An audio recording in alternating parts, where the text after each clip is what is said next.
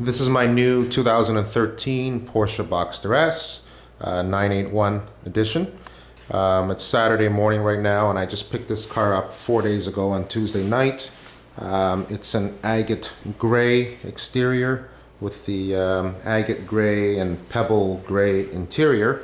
Right now the car is wearing the Boxster S rims with the Michelin Pilot Arctic Alpine tires. It's my winter set. Right over here is my summer set. I've got these changed off a couple of nights ago. These were the original rims and tires that came with the car. It's the Carrera Classic 20-inch rims. These are Pirelli P0 tires. I'm really looking forward to trying these Pirellis out. I've heard a lot about them over the years. I've never really driven a car with Pirelli P0s, and I can't wait till the summer so I can see what they're all about.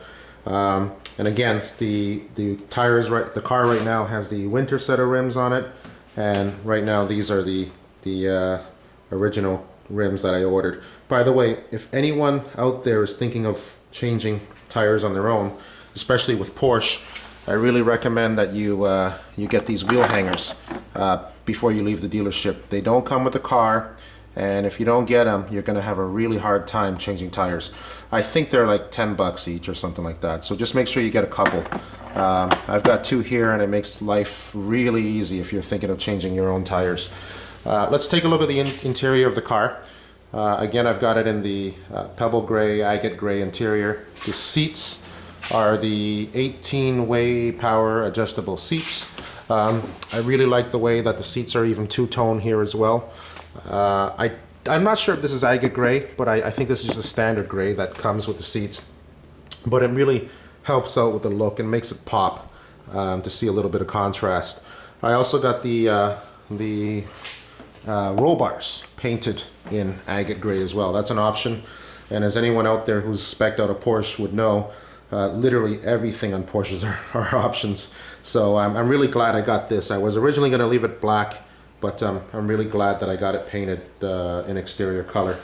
The side door here, you've got controls for the windows, you've got controls for the side mirrors, you've got controls for the two key fobs, and you got a lock button there as well. Interior, I've got the 6-speed manual. I really wrestled with the decision of going with the PDK, but at the end I decided to stick with manual. The dual clutches are amazing these days. I tried the 911 in a dual clutch, and I tried the Boxster in a dual clutch, and it's amazing. I was inches away from ordering the PDK. I think more than likely this car will probably be my last in a manual, so I think I'm going to enjoy this one for a few years before I convert to the dark side and go PDK. Anyways, the interior, classic 3-dial here for Porsche. I'm just gonna get in and show you the 3 dials here. The far right has got, the car's off right now, but you can toggle back and forth and see things like navigation and all sorts of vehicle information. The steering wheel is the Sport Design steering wheel. Again, this was an option as well. I tell my friends that this was an option, and they can't believe it because the wheel is so plain. And they're wondering why I spend money on this wheel. Anyways, I also got the Sport Chrono here. I've got the navigation. I've got almost a lot of the options here as well. I guess the one I'm missing is right here. There's supposed to be 2 buttons that go here. They're for seat ventilation. I've got the warm seats, but I don't have the seat ventilation. Again, here's my shifter. Oh, by the way, the shifter is amazing. I've only driven this car about 100 kilometers or about 80 miles for my American friends, and I can say the shifter is amazing. I don't know what is it about it, because I heard it was a carryover. I had the Cayman prior to this car, 2009 Cayman, and I heard it was a carryover, so I was expecting it to feel the same, but it doesn't. It feels better. I don't know. The stops seem to feel a little bit more positive. The whole shifting experience seems to be a little bit more satisfying as well. I don't know if it's because of the raised console or whatnot, but it does feel different. looking at the rest of the stack here, I've got again the Sport Chrono, Sport Plus button, Pasm, PSM, the button for that raises and lowers the spoiler, and the auto start stop button as well. Now, I don't really use this button. I tried it. It works. I got to get used to it, but I pretty much leave it in the off position pretty much all the time. Maybe in the summer I'll try it out again and play with that a little bit longer, but more often than not I leave it in the off position. This controls the power top.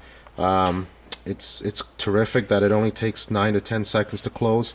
One wish, perhaps, I do hope that maybe in another few years they make this one touch.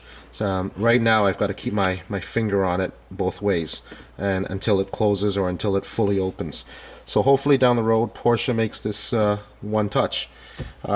Looking throughout the rest of the cabin here, you've got the glove box, standard glove box. Inside you've also got a 12-volt socket here. You've got the USB area here and an auxiliary input.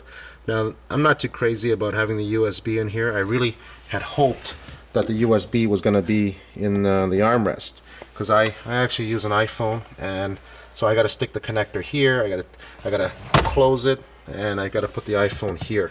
So, well, that's if I want to charge the iPhone, of course. But it's also got Bluetooth, so when I just want to listen to music, I can just stream the music to the car via Bluetooth. Down here, down in the footwell area, you've got a panel, access panel for fuses. You've also got a second access panel for fuses on the driver's side as well. So let me just move out of the car here. Oh, one more thing. The Agate Grey comes with this really nice deviated stitching. That's what they call it. I seen it a few years ago on an Audi TT. They actually had what they called at the time baseball stitching. It looks nice in this car, but I have to admit the Audi looked better years ago. Nonetheless, I really like the look of this, the deviated stitching with the Pebble Gray, Agate Grey interior. For the few days I've driven it, I was really cognizant of stains and whatnot. So far, it does not seem to stain very easily, which is a good thing. But nonetheless, if it did, I'm sure it'd probably just wipe out really easily. So for any of you out there who are thinking of going the lighter color interior, Pebble Gray, does not seem to be a big issue right now, unless you're really wearing some dirty clothes or whatnot. It does not seem to be an issue. So just stay on top of it. You'll probably be okay. As I take a look around the rest of the car, we'll just take a look at the front trunk here. So basically it's a pretty deep trunk. I'm not sure you can put luggage in here, but you can certainly put a couple of getaway bags for the weekend. On the side here you've got panels for the tire changing and the foam in the event that you get a flat. There is no spare tire in this car, so this is your only choice. Frankly, if I ever get a flat, I'm just going to call the 1-800 number and get somebody to come out and deal with it. Let's take a look at the trunk in the back. So the trunk in the back is not as large as the one in the front, but nonetheless, it's a pretty good size as well. You can fit, you can easily put your grocery bags in here, no problem at all. By the way, these are the original floor mats. I read online that for Agate Grey, these floor mats are also Agate Grey. I'm not sure, but it looks like it anyways. So right now I've got the winter floor mats inside. So I'm just going to close this up and walk you back through this way. And again, this will give you an idea of the entire car. And again, I really like the way the Agate Grey turned out and the Pebble Gray interior. Originally I was going to get the silver with the red interior, but at the last moment I had changed my mind and got the Agate Grey with the Pebble Gray interior, and I really think it's a sharp looking car. I've got a lot of compliments in the first week already, and for anyone who's thinking about doing it, I highly recommend it. It's no problem at all. So anyways, I just thought I'd shoot this video, show everyone my car. and I hope you enjoy it. Oh, by the way, I want to show you just one last thing. I did not ask for this, but the salesman was, I guess he had a very keen eye, so he found me a license plate that the last 3 digits were 981. So I thought that was pretty neat. Again, it's not a vanity plate whatsoever. It's just a regular license plate, and the salesman was nice enough to find a plate that said 981 on it. So hope you enjoy this video, and if you got any questions, feel free to send them along my way.